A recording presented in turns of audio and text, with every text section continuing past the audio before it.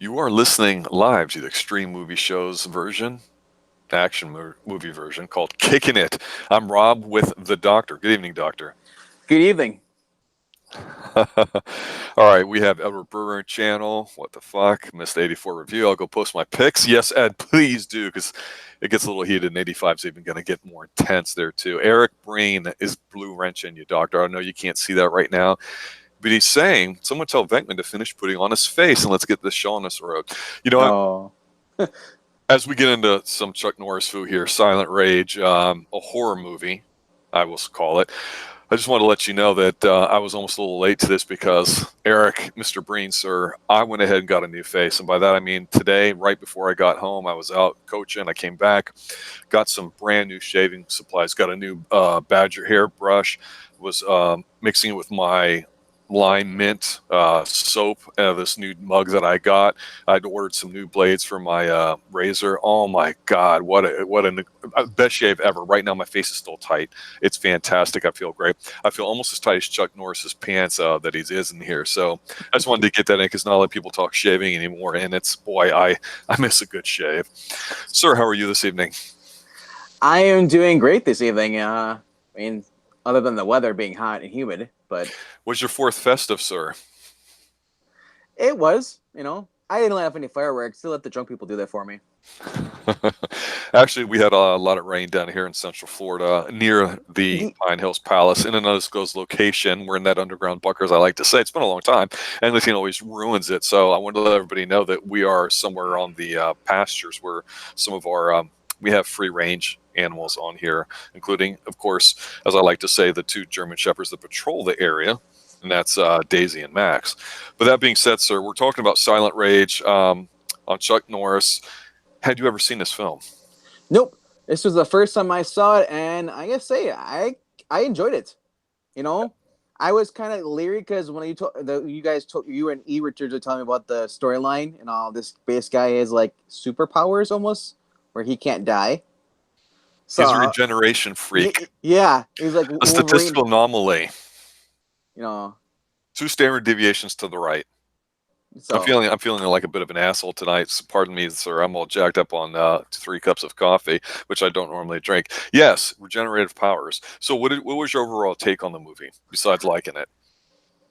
I mean, it actually. I mean, I thought it was gonna be slow. I thought it was just gonna be like it's gonna be hokey. Because usually Chuck Norris is the earlier ones. But this way, I believe this was 1984 or 83. I'm not sure which year it was, but usually, like I 82, said, sir. yeah, 82. So, yeah, so I mean, he just did Force of Vengeance was either the year before or after this.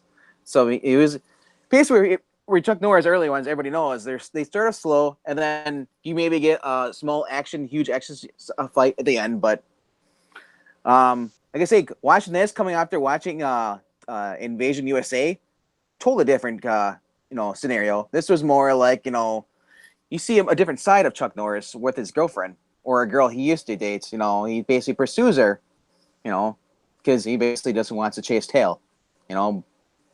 He's But not. Chuck's not messing around in this one here. I mean, it lacks a little bit of the style and flash of some of the things that we've talked about before with the cars and the snap. But he's got a kick and crib. I mean, the place is sweet, and the ladies' panties just drop completely as soon as they get into anywhere near his house. But yeah, the movie itself,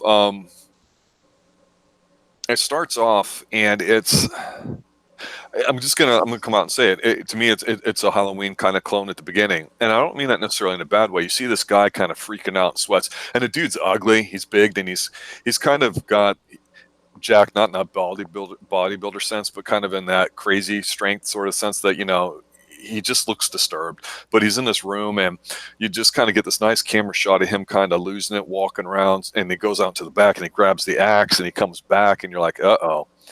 This movie is a horror movie that has some action elements in it, and this is what makes it different to me. It's not like the yeah, Octagon or anything else. Like it's a horror yeah, movie. that's why I said it was different. This isn't a typical movie. It's a surprise to see him get a movie like this. Yeah, I mean, And then I mean, the fact that this guy he's on the phone with his psychiatrist. He's like, "Hey doc, I'm losing it," and then he must be living in a halfway home with his mother and three kids, young boys who run around. They're just playing army and stuff, and she's constantly yelling at him, you know. And then you got this other guy. I don't know if it's her husband or another guy. He's living there too. He's kind of doesn't really speak at all, and he basically ends up getting an axe to the face because this guy snaps. Yeah. The guy drops his pills, and before he goes out to grab the axe, you see him randomly goes out there, and he's the kids are playing, and she's like, "Come inside, no, quit playing that war racket stuff." And all the kids come in. She's like, "No, go run off to the park and get rid of all that pent up masculinity or whatever she said." It was funny. I was like, wow. It's like she's like, she's yelling him because they're making noise on the backyard instead. And what she does, she sends them out to the park. Like, she's like, well, but back in the days, like you would, this was acceptable. No one, you didn't get in trouble. Like, oh, how dare you? Like, well, you're supposed to be watching your children's up. Well, you don't have to worry about it. It was sink or swim. Either the kids came back or they didn't come back. There wasn't this big thing where, oh, we can't let them out. Something might happen to them. We were overprotective. Kids got hurt, especially boys. We bounced back. Well, the neat thing about this is when I first saw it, because I saw it, around the Octagon, all in those early 80s films, this was on a lot. It's kind of a quiet film when you watch it, and the music's actually very good too. It's a very understated type of film when you think about it, like being quiet and not too crazy. I know we hyped up a little bit of the sexy sex and some of the other things going on in some of the other movies, but this one's like in the opposite direction. So, he gets shot up because they arrest him. But he breaks out of the handcuffs and like I think he kicks out the door, and you're like, "Holy crap! What's going on here?" And right? You're like, okay, is this like meth strength? I mean, Jesus Christ! It's like, I mean, you're like, okay, they shoot him, and then of course that's the whole setup, which is kind of cool. A psychiatrist and a couple doctors are with them, and they basically use him as a lab rat for regeneration, and but the guy's crazy, so it kind of like makes him even crazier. And as a reaction, but you can tell right off the bat that something bad's going to be happening and everything else there too. But the only bad thing about this film is they cut away from it is the dipshit guy that I think had to have been autistic, literally, as far as the role, because he just seems slow and dim-witted. And I know he's supposed to be that way, but this guy's Flounder from Animal House. Everybody, I mean, this is that lumpy guy, and Charlie, Charlie, and I guess it just. I don't know why he was put in here. I guess Chuck had to have somebody to play off. And he's Dan Stevens, the real Dan Stevens before the Dan Stevens of Legion or whatever. But so you go through some nonsense here or whatever, but it almost kind of like stops being a horror movie and turns into a romance at one point. So this next part of the first act going into the second, what did you make of that? Like when I was watching this, like I said, you go from a horror guy where the guy gets shot, and then they keep him on life support. They're like they argue over doing that, but then they switch where he's like he sees the girl at the. I should say they're not at a hospital. They're at some institute. Yeah, where they're experimenting with DNA and stuff. So I'm like, first one, like, okay, mad scientist laboratory in a Chuck Norris film. It's like this is like Halloween, but with Chuck Norris. I'm getting right the vibes. But then, like you said, it changes. Like he sees the girl there. And she basically slaps on me. He's like, hey, and she's like, well, she's nothing you can see it. They'll get me. You're not gonna get back with me. He's like, well, come over, we can have dinner and stuff. Of course, naturally, 5 seconds later, they're in bed just having sex again. And then like throughout the story, like they get back to they decide to be a couple, and there's like 6 sex scenes. Like it alternates. So they go to dinner and then they have sex, dinner, sex. And so it's like, okay, this is just so random stuff. Yeah. But like I said, but then you have the comedy aspect like this, where it's like, you have Charlie in there who is basically like a dimwit, overweight guy he's been picked on when he obviously he's never been in a fight with her before. He acts macho, but he's actually like what's that guy? Bob Hope, kind of like that. Yeah. He talks big and then he runs away, cowards. But even then, this guy's like a nitwit too. There's a scene where they're at this. They run into these bikers and all these. They tell him that Chuck Norris tells them to leave. He's like, and Charlie in the background. He's like, yeah, you better leave. You better run. But then they come across him at a bar. So Chuck Norris goes in there. He's like, hey, it's Charlie. Go out there and call for backup. So what's Charlie doing? He's like, he's talking to the guy. He's like, hey, yeah, whatever the guy's name. He's like, I'm in love with this girl, she showed me her boobs, and for 15 minutes, and while Chuck Norris is in there, he's just single-handedly just beating up every single person in the bar. These are like a biker bar. And like and all of a sudden he comes he's like, He's like, holy crap, you need backup. He runs outside because like, and he comes, we need backup here, and he's like, don't worry, Butch, he's like, I took care of it already. But I'm like, so by that moment, I was like, I hope this guy like is not in the rest of the film. I hope he this like nothing bad happens. But I'm just saying, just get him out of the movie. Yeah, yeah, But he is a drag on it, definitely. but I said, yeah, he plays an important role though later in the film. You know, Well, but you find out that this the girl that Chuck Norris is dating is actually a psychiatrist that was working with the killer, the X-Men guy, because they bring him back to life. Because he actually said, they told the other dude, he's like, this guy is messed up already in head. Don't bring him back to life.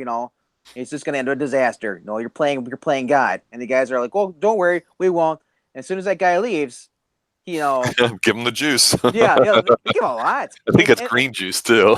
It was like a red syrup. It looked like your transmission fluid. They're putting Okay. Yeah. So then, of course, this guy goes home. He basically told these guys, you should just kill him. Better off kill him.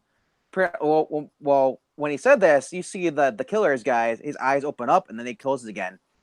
So he must have heard him, and then so it sets up the next scene. Rob, if you remember what happens.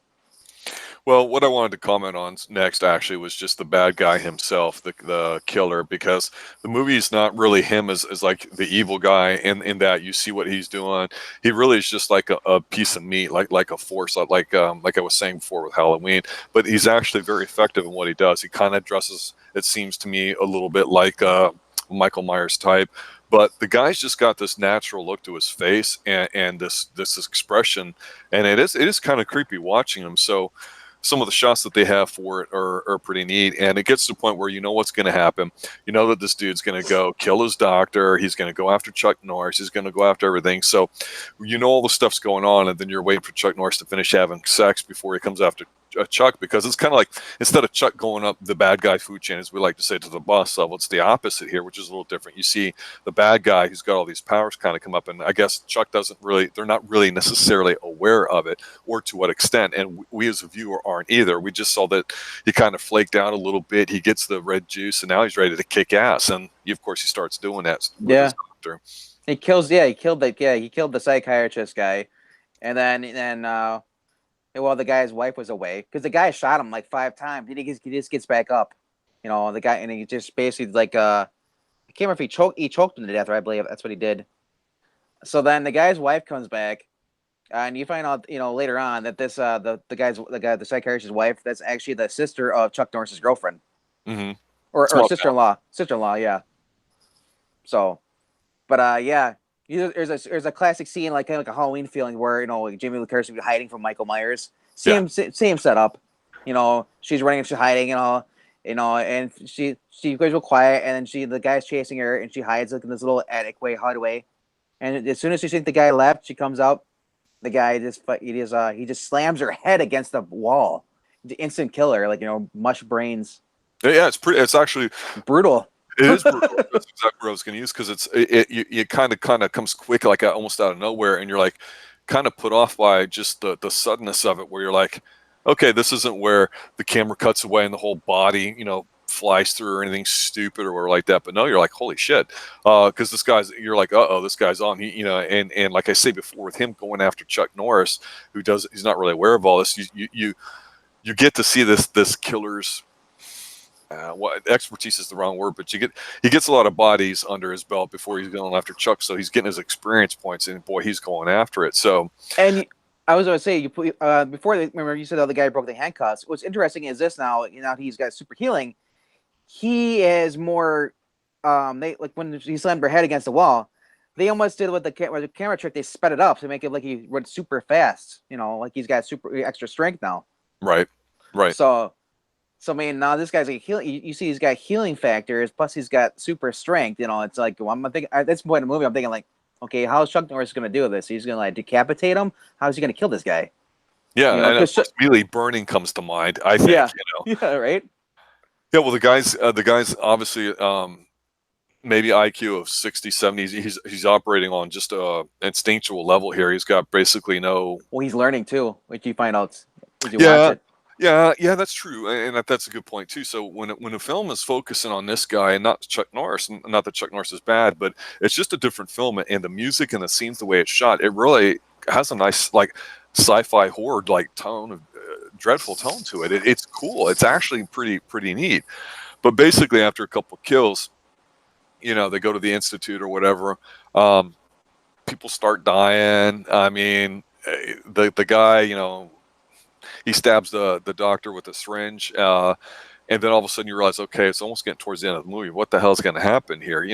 Of course they go into the detective scene where the Chuck Norris and the dipshit are going around and finding the bodies and seeing what's going on. And but yeah, you go ahead and talk about Charlie. You mentioned it, so you go ahead and describe what goes on, because this is pretty brutal too. This is pretty nasty. Oh man! So Charlie was because Chuck Norris was supposed to pick up his girlfriend and at the and take her to they're gonna go out stay in his cottage for a week, somewhere up in the woods. So he meets her and she turns out she's been living with her brother, the one who's a psychiatrist who was murdered at his house. She's in there. She takes a shower. You don't really see much. It's just kind of fogged up. It's just a real quick scene.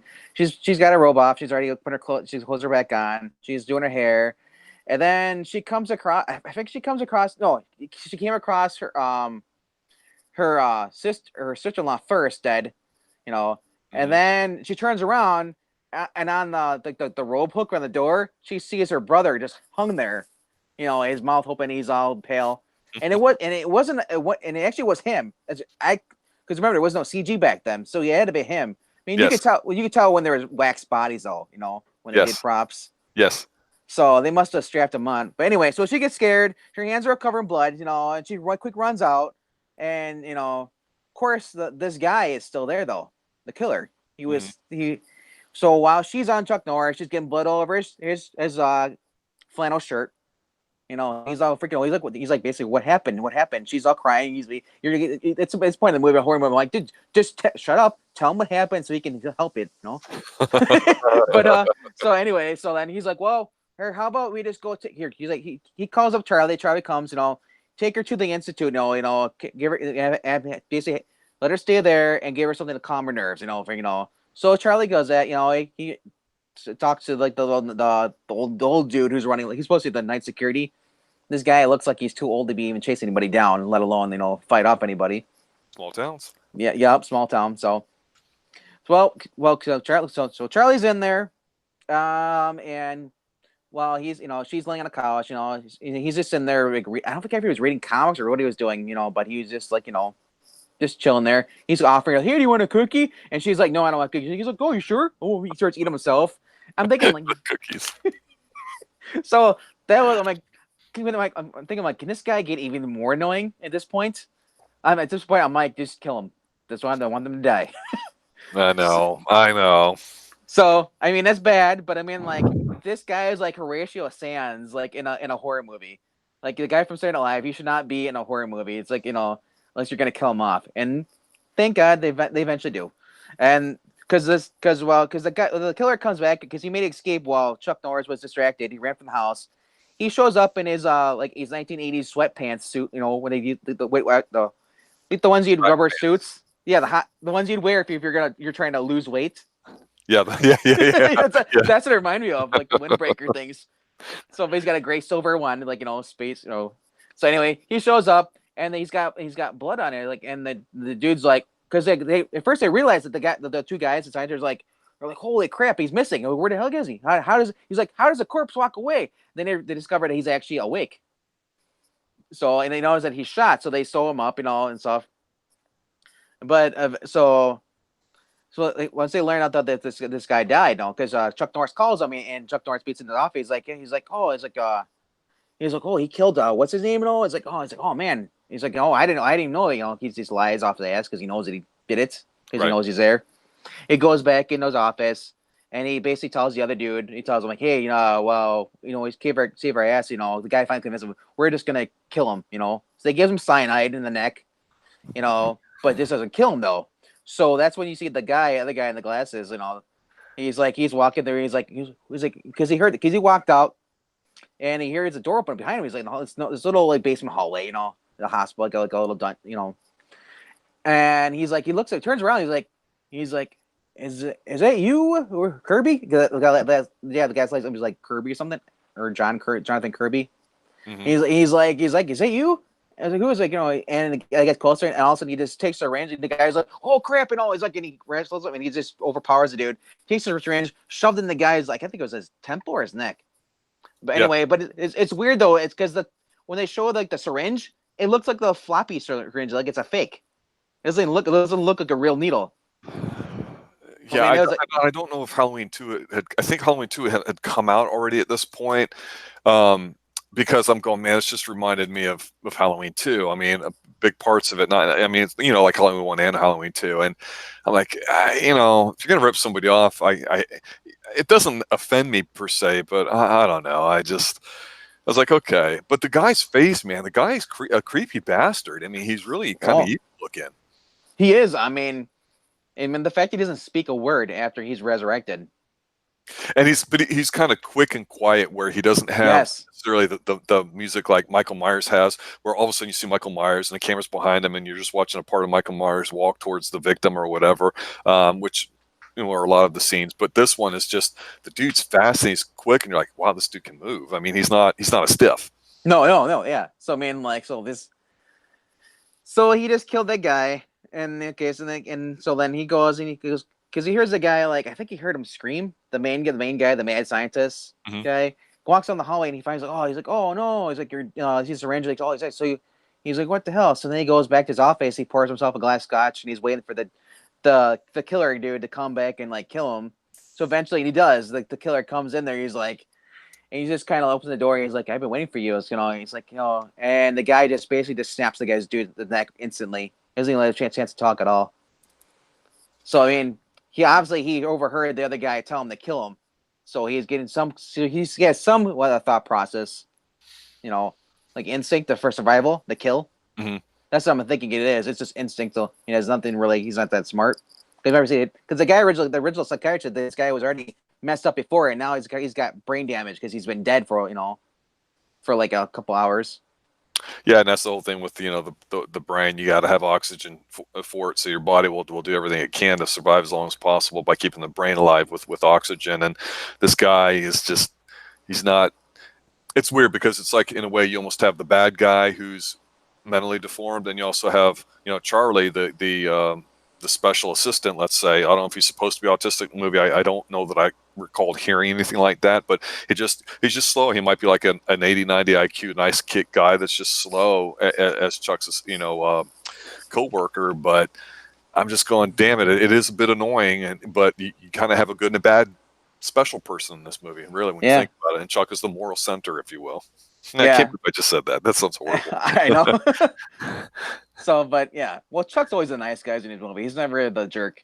He was only a jerk. Yeah.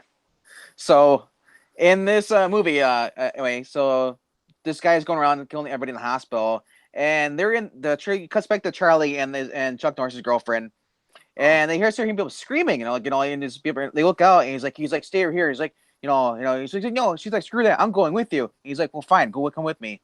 As they walk out, turn the corner, comes a killer, and he's got and Charlie goes to attack him, but the guy knocks the gun out of his hand or something like that. Either shoots him, I can't remember. I remember is that because I watched it like a couple of days ago, but he comes up to Charlie and he basically bear hugs him, and you see Charlie he's like, oh god, he's like, run, and she's just standing there. I'm like, dumb bitch, move. It's like classic horror movie tropes where she just stands there and absolutely go, oh my gosh, he's gonna die. I should watch. It's like maybe she was just annoyed by him. She just wanted to watch him die as much as we were. so, but Chuck Norris comes up. She runs away. She's like quick. She's hitting like the elevator buttons. As this guy's walking slowly around the corners, kind of like a Michael Myers thing. She's hitting the elevator buttons up or down. She's like, come on. She runs down the stairs. Yeah. Chuck Norris comes across Charlie just laying there. He's like, I tried to stop him. He's like, don't worry, Charlie. He's holding comfort on me. He's like, laying his head on Chuck Norris. It's like, what is this, like a romance thing? He's like, don't worry, Charlie, you did good. Like you did good, Charlie. You did good. Yeah. Like he's putting a dog down. He's like, the dog's gonna die. He's just petting, kind of like a weird. I was like, that's okay. So, like I said, it takes it to horror, but then it takes you to like this is like just so weird. It's like it's Chuck Norris drama, but it's like choose your. What would you want to be? A comedy? Do you want to be a horror? Do you want to be like a romance? It's like, I think it was weird because this is one of those movies that's definitely not. It's definitely not a '70s film like you might say. Some of the others might have a little bit of the feel in there, and you can get it. But it's not quite '80s. I don't know how to explain it unless you've seen a lot of those films. It's like it's just kind of caught there in the middle, and it's not a bad thing. But where this movie, again, saying it for the third or fourth time, where it really shines is the fact that it's got a very nice horror sci-fi kind of element to it. And yes, if you've seen Halloween, a lot of these scenes will look familiar to you. But the music's good, the cinematography is very good with the shadows and everything. It's the cutscenes, everything. Yeah, and the violence, which describe what happens with Charlie, the way he bites it here. I mean, just in gory detail. What does he do? Well, yeah, the killer, he just comes up and he just bear hugs and he just breaks his spine. Yeah, out of a bear hug. And Charlie's like fat. He's like John Candy fat. Yes. And he lifts him up and off the ground and just bear hugs him. I'm thinking, what the heck? Yes. I get so the super strength must come in hand for a skinny, Michael Myers. Yeah, he's tall and lean, but he's fit. He's real trim, muscular. Yeah. So man, yeah. Breaks his friggin' back. I mean, this guy's killed like everybody a different way. I mean, that's cool though. It's not the same. Well, yeah, it's not where he stabs him with it, because he originally was going to kill the main guy with a knife. He didn't do it though. He ended up just like choking him. Yep. So I mean, like I said, this movie has a feel to it. It's like if you're watching, like, say, a Chuck Norris, he's like, hey, I saw Halloween. We should do a horror movie. This sounds pretty cool.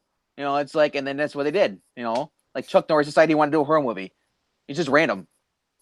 Well, I don't know how it got made because I really didn't look that up. But I mean, obviously we know what's going to happen here now. The final scene here, the third act between the bad guy and Chuck Norris. So Chuck himself, we've seen him do a little bit of fighting, so we know he can do it. He doesn't overdo it, which I actually appreciate. But again, to your point that you mentioned earlier, we've seen it now. This guy's strong. He's fast. He's a brawler. So Chuck Norris, how are you going to beat him with your mind?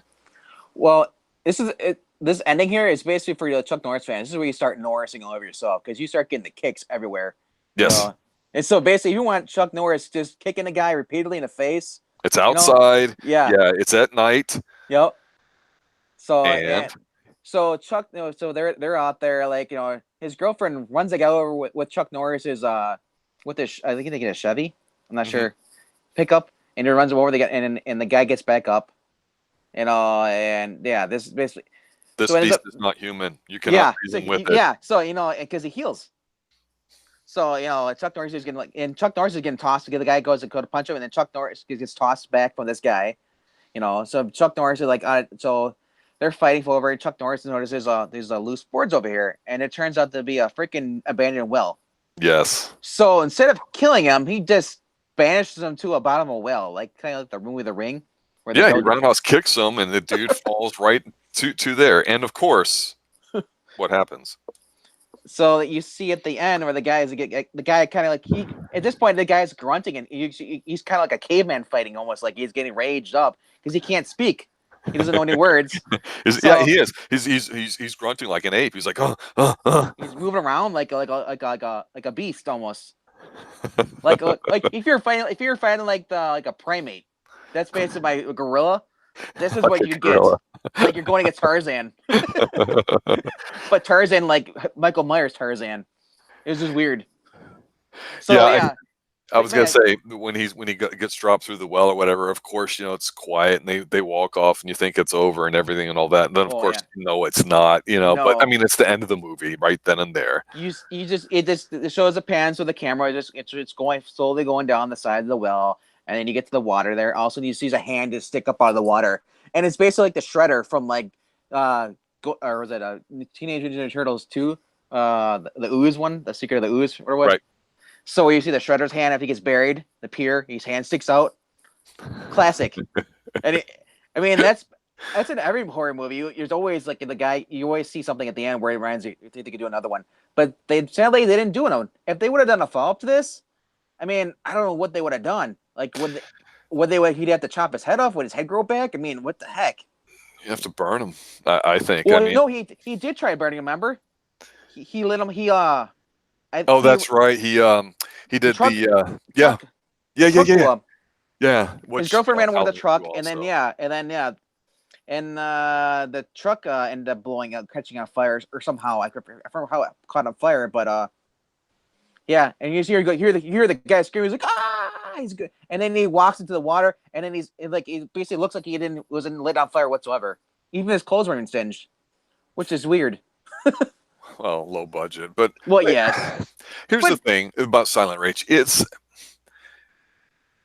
some movies are really better when you talk about them than watching them. Some are better watching them than talking about them. This is not what you would call a good film. Like a lot of his films, you might just say they're okay, or they're kind of not that good, or whatever. But this isn't like, the ones we've talked about recently, like Good Guys Wear Black. That has a plot line, a story to it. This is just basically Halloween 2, Chuck Norris version, but it's not bad. I mean, you could do worse, and we have. It's better than Breaker Breaker. It's not as good as the Octagon to me. Honestly, it's not. no, Breaker, man, cringe every Eh, time I hear that name. Oh, that's the introductory one, because after this is when he gets into Lone Wolf McQuade, which is just whatever you want to call that. We did It's that like earlier on Kicking It. that's a convoy Chuck Norris movie. That's what I call it. Well, where would you rank this? Near the top, in the middle, one I of his would lesser ones? well What we've talked about so far. the movie by itself, I would give it at least about a 7. I mean, it's not bad. It has a decent. It has a somewhat of it has enough action, and it has martial arts stuff. Towards the end stuff. It's, I mean, they allow the characters to be able to fight back. At least a little bit. Which helps strengthen the character. But yeah, the fact that it's kind of a ripoff of the horror movies Halloween trope 2. still. Yep. Yeah, I mean, depends what it's got Chuck Norris. I mean, it's like, so. I mean, would you like to have Chuck Norris versus Michael Myers? Does it pass the Meg test, sir? I would say it's better than the Meg. Okay, so Because that's a when yes. you watch the trailer, you know what you're getting into. Where the Meg just shows you, this, and then that's like one clip of the scene, but other than that, it's like you don't really see the bad guy. This, you see the bad guy enough, but not enough to where you're like, okay, where's Chuck Norris? Where's Chuck Norris? Yeah, nothing in this movie is really going to surprise you. I mean, you've pretty much seen it already. I mean, just from the scenes, but nothing's going to offend you, I think, or really piss you off, like, Yeah. something out of the Meg, or there's no SJW type nonsense in this movie at all. No, it's just the thing that's neat with Chuck, and I don't know if you want to call it acting, but with the final fight, I think there's a couple scenes where you can almost see the fear in his eyes, and, for Chuck Norris, and that he knows he's fighting somebody that he can't defeat, and that's kind of neat. That's like it's a big gimmicky. Don't get me wrong, but it's obviously he's going to win because it's Chuck Norris, but how is he going to do it? And so when the well's there, you're like, okay, he's going to end up there. How's he going to do it? Give me that roundhouse, boom, you're done. End of movie, which is what we all want. Yeah. So it does deliver the Chuck Norris thing that we all want. It's kind of similar to like a Chuck Norris versus a Terminator, kind of like this theme to that also too. Because you can't kill him, no matter what you do, it's like, and he's got super strength, but I guess the reason I give it a 7 out of 10 because of the fact that Charlie just ruins the movie for me. He's just so annoying. I mean, if anybody's out there seeing the Spider-Man Homecoming, where it's Spider-Man's friend, his fat friend, it's the same thing where the guy is just like, it's just too much talking at certain parts where you're like, I don't care about Charlie. I just want to get back to the action. Yeah, there's not a lot of talking in this movie. Yeah. So, I mean, this one is, the few scenes you get with Charlie, it's just like, I don't feel Charlie should have been in there. I don't know why he was in there. It could have been straight horror, but I guess he didn't want to make it too dark. That's the only reason I can think of it. But still, Chuck Norris, he came off kind of creepy too, when he was talking to the girl. Because he's like, yeah, I'm gonna, He's just a horn dog in this one. Exactly. It's not Chuck Norris that I know of. He's not sweet talking. He's basically say, lay down, baby. I'm Chuck Norris. He's starting to feel it.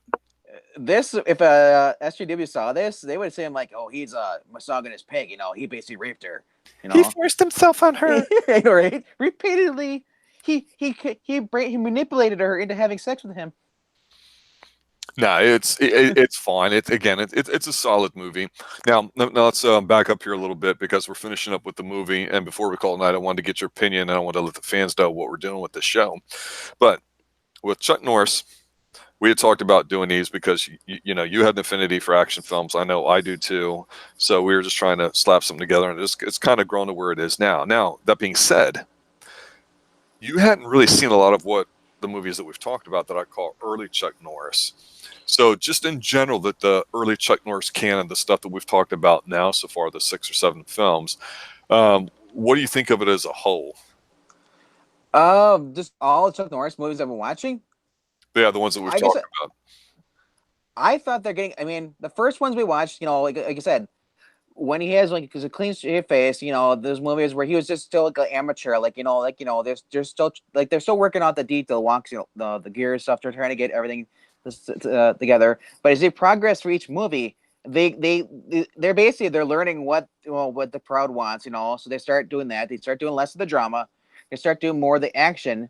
And I don't know if that's because they were looking at their movies or maybe they did surveys. I don't know back then. Right. But I mean, you watch as Chuck Norris gets older and he gets more of a beard, the movies get better. So I don't know if he's like Samson, like the power of the beard helps him. It's called testosterone, baby. Yeah. He hits puberty and all of a sudden he's just like the manly man like everybody wants to be. I mean, what was that? No, it wasn't Force Vengeance. It was the other one where he had the Bachelor pad and the boat. Oh, the San Francisco one. Yeah. I mean, just that, he's becoming more and more of like a Roger Moore that knows kung fu, and it's believable. Well, I tell you, for me, growing up as a young kid and watching all these, part of it, I think rewatching them over again, and it's been quite some time, but rewatching them and discussing them with you and our fans is that I kind of go, I still think they're fairly solid for what they are, entertaining enough. I don't know if people today, when they see martial arts film, expect it to be, wall to wall action. Well, yeah, it's not. This isn't Street Fighter. This isn't Tekken. We're just going to see in constant martial arts. And I think our opinions were slightly different on the Invasion USA, in that while he plays a big time heavy in there, I don't mind guns and action, but I like the physical stuff on here. So I'd rather almost have few of the scenes, but something like this where it follows the Chuck Norris template where you come to expect it. And so, yeah, I agree with you. You could definitely see his growth in these films there too, but they're watchable certainly, and they definitely are they're a movie of their time as far as watching them with the stuff that you see in the background and how people talked and all that. There wasn't a lot of dressing up or everything too, and a lot of it was filmed on locations and places and stuff. So definitely has a good feel to it. And I enjoyed rewatching them again. I was hoping I would, but I could definitely say that I did. Yeah, I mean, like I said, like I've seen one of the reasons I stopped watching horror movies. I used to watch them when I was younger. Because like it just got to be the same thing over and over again. We'll kill the hot girl, we see boobs, and there's deaths, kills. I'm thinking like, okay, I've seen this so many times. How many movies can you do the same thing over and over again? And this was refreshing though. Like to me though, this was like for seeing Chuck Norris in that's what separated me from all the other horror movies. I mean, I know that you and Angleton are really into horror movies and all. You guys watch all the Halloweens. I only watched a couple of them. I watched the one where there's actually, I think it was number 6, with where he was resurrected as a demon or something like that, or sacrificed. That is its own special thing. Yeah. Yeah.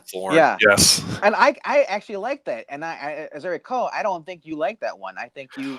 I liked it, but it's got a lot of weird stuff to it, and it also depends on which version you saw. It's really weird. It's really different. Yeah, and we're definitely going to be talking about the Halloween movies themselves too, coming up here towards the fall. What I wanted to let everybody else know is that we're going to be kind of continuing this theme. However, we're going to pause the Norris and press on with the Seagal. So there was a young kid years ago at a place I was working at, and my office happened to be next to a bathroom. And we used to go out and eat Mexican food. Me and the guy that shared the office, he was Mexican. And so it worked out. But one day I had a bad batch, and this young kid came in because he used to always talk about all the video on demand Steven Seagal films. Who is this guy? This is like the greatest thing he's ever seen. And I'm like, dude, come on. And so he comes in, he's like, Rob, where you been, man? I said, well, I just dropped a Seagal. he went, "That's not funny, man." It's like, "Come on, you know nothing about Steven Seagal. You got to watch his early films." And he's like, "What early films?" Because he just thought he was like an older guy and did all that. And I said, "No, his early films are as good as anybody else's. So what we're going to do with Steven Seagal is we're going to go ahead and start talking about his movies out of the 80s because it's not a very long list. And after that, we're going to go and do somebody else. But Steven Seagal's 4 or 5 films in the late 80s, early 90s, Above the Law, Hard to Kill, Marked for Death, Out for Justice, those are on par with anything. And different style, different technique, different kind of person. I know he's the butt of a lot of jokes these days, but when you go back and watch these films, I think you're going to see that it's true. You know, Chuck Norris had his thing. Well, Steven Seagal had his thing. And then when we talk about JCVD and some other people, you're going to see they all have their different things. And you're just going to orgasm even more about how awesome the 80s were when it came to films. And not just any films, but action films. And not just any 80s action film, but 80s martial arts action films because they're only touching the surface on kicking it. So, any Yeah. final thoughts, sir? I gotta say, I probably haven't watched all of them. I watched Executive Decision where he was in there for like a split second, you know, with Kurt Russell. I mean, I watched Under Siege. Yes. Yes. So I mean, I'm excited to rewatch these movies because like you said in previous episodes, as you get older, your opinion changes, or it might stay the same. I personally hated some of his movies. I think it was Under Siege 2 with the microwave bomb on the Yeah, train. Steven's an interesting guy, and everybody's got their goofs and their peculiar tastes. Yes. But Seagal, I mean, just going and watching these films, no matter what's going on currently, I'm just going to say these 4 films are pretty darn good. Yeah. Just like Eric's saying Norris. the channel Beckman is already Seagaling himself with anticipation. Yeah. Well, I mean, for everybody though, I think we're going to try to go in order if we can. So the first one we're going to talk about from Seagal is Above the Law, and I mean, the thing about Steven Seagal is people say he's the first guy, and before Tom Cruise even got popular with this as a joke, he's the first guy that you say, well, he runs like a girl, but Steven Seagal is legit. No matter what you might say as far as his credentials, just like Chuck Norris was. No flippity flop, blah, blah, blah. His a different style, and Seagal did a very good job of bringing it to the public in these films. And he has his just own way about it. But there's a great scene in Above the Law where, you know, it just sums up. And this is where some stuff about Seagal I really like. He has his Seagalisms where he says stuff like, they thought they were above the law. They were wrong. And his delivery is just friggin' phenomenal. And he's just he's entertaining. So I don't want to Seagal over myself because I'm about to. But Above the Law is the first time we're going to talk about. So you guys watch it. We're going to talk about that probably next week. So keep that in mind. We'll do a 3 or 4 film run before it transitions to something else. The only other stuff that's going on is Sunday night. I think we're doing an early show, 7 o'clock, part 1. If you haven't seen it, start watching it. We're going to cover the first few episodes of the 3rd season of Stranger Things, and then on Top 10 Tuesday, it's the year 1985. We're definitely not going to go over as many films that we did in '84 for several reasons, but the films that we do discuss, we're going to get into a bit more because we definitely had some after show talk about Ghostbusters and a few other films there too. I still can't believe Valentine had what he had. Huh? You had Ghostbusters at 9. At least Engleton gave me like a number 2 spot for Ghostbusters. But I'm actually anticipating this Sunday because I'm interested to see where Missing in Action falls on the list, or if it even makes to the list. Will you disrespect Chuck Norris? Well, in the case like this, it's not how good the movie is; it's how good it's relative to the pool of movies that came out in '85. And as you can see, and I called '84 a transition year because to me, you know, The Bounty being the best film. I mean, it's like what? You know, over on Reddit and some other places where I've been checking out people's lists and posting some of my own, they're like, wow, that's a really good film, but good actors, but I haven't seen the film. I'm like, dude, yo, it to yourself, because it kind of bombed. But something like Ghostbusters, great film, it did fantastic numbers. They're just, sometimes the details really, really make the movie better than another film. Doesn't mean you're going to watch it. Still. The reason I like Ghostbusters because you can remember all the zingers, the lines. Same with Top Gun. If you watch Top Gun is okay movie. but everybody, it's a culture phenomenon. Everybody knows like the scenes. Everybody knows what happens. I mean, I mean, you got either you. I mean, like I like the concept. In fact, it was a supernatural movie. No one had done any of this stuff beforehand. Even thought of this. But yeah. It's certainly quotable, and that means it's memorable, and that's what means what we can talk about. So, like I say, when we're going back and watching some of these things, I just go, okay, I hope that Seagal's live up to as good as Norris's were in their own way. Edwards Brewer saying in channel that he had Ghostbusters top 10 at number 4. I do like the fact that some people are posting some of their lists and everything too. I'm not a list guy, as some of y'all might have figured out. Ainley a list master, No. but we do like talking about the films, and that's one way of doing it. So feel free, people, put any kind of feedback, in the channels and all that too. We're starting to pick up a little bit of steam, and I really like that. When we get to 100, we might be doing a face reveal, and if that's true, we may just be doing it during an episode of Kicking It. We'll have to see about that, though, so the doctor's comfortable with, because I assume you can deliver on that, sir. I can deliver that. I just have one final question, though. So, yes. We're coming into 1985, and I would say, from my experience looking at the movies that came out of, this is becoming more, you're becoming more in the machine gun heavy stuff, where in the movies, action movies, explosions, Yes. And how would you say that martial arts has kind of become like a sidetrack to this, though? Like a second fiddle? No, because you definitely had them, and you still had other people that we haven't even talked about, like Jeff Speaking of The Perfect Weapon is a great film too. But it's just a one-off. I don't know if he did a second one, and he's got legit stuff.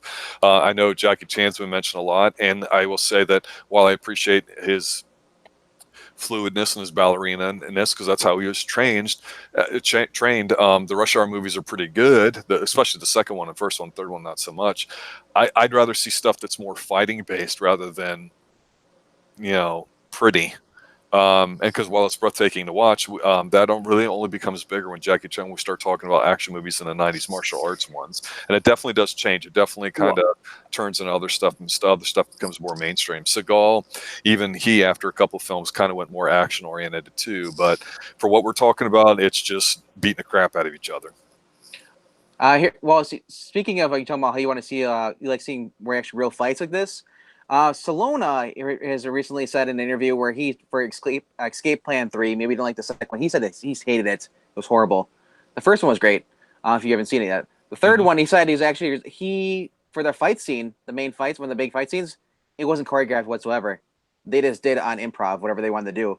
It actually was a real fist fight. He wanted to make it as real as possible, without killing the other guy, but obviously, or Stallone having a heart attack.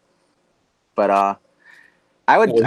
He's like 70 something, so I mean, and he does go for it because he wants that authenticity. He absolutely does. Yeah. So I'm gonna check it out. I haven't watched it yet. I'm not sure if it's supposed to be coming on Blu-ray or DVD soon. I think end of this month, or maybe it's already out next week. But definitely, I would recommend checking that out because most people write them up. Well, Stallone and Jean-Claude Van, they're just too old to be doing it, so not the same as they used to be. I'm like, but you get surprised sometimes, Like I personally love the final Universal Soldier they did with Jean-Claude Van Damme and Dolph Lundgren. And there was one that had Scott Adkins in it. I don't know if that's Regeneration, but it's almost like a martial arts horror film, and it reminded me a lot of this film here too. So the thing is you get to a point where it's almost not necessarily mainstream, where you actually have to kind of go look at it. I know Sonny Chiba is being mentioned there in channel, and I not what you would call a perfectionist when it comes to knowing everything about martial arts films. I know that I like them and I enjoy watching them.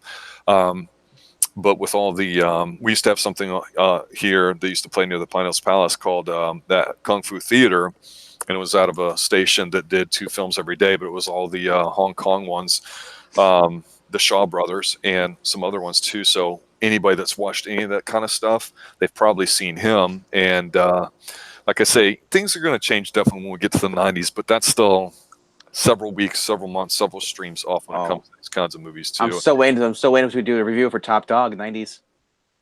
Yeah, I don't know about that. Come on, it's Chuck Norris and his best friend, Police Dog. We're going to probably stop at the Hitman, to be honest with you. Oh, come on. It's Chuck Norris. You got to give it a shot. See, Edward knows Kung Fu Theater. There's probably some trailers out on that. All Yeah. right. Well, for the doctor, for myself, for everybody involved in the Rob Media Network, which right now pretty much just means the Extreme Movie Show, and Dr. Venkman, I'd like to say good night. Stay extreme. Good night, everybody.